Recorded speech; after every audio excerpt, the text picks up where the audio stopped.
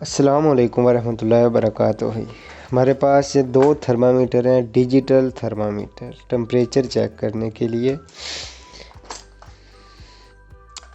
अभी हम आपको इनकी अनबॉक्सिंग बताएंगे और इनका जो तरीक़ाकार है वो भी बताएंगे, और इनकी क्वालिटी भी हम आपको चेक करवाएंगे कि इनकी क्वालिटी कैसी है। तो चलें, सबसे पहले जो इजी चेक का जो डिजिटल थर्मामीटर है इसको चेक कर लेते हैं।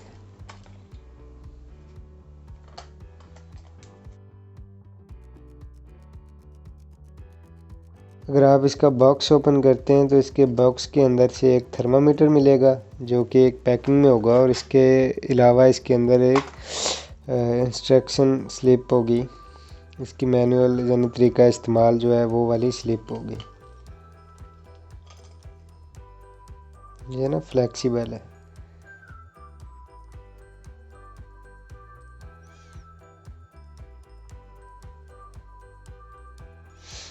इसको आपने बगल में रखना है और उसके बाद 1.5 मिनट के बाद ये एक बीप का अलार्म देगा।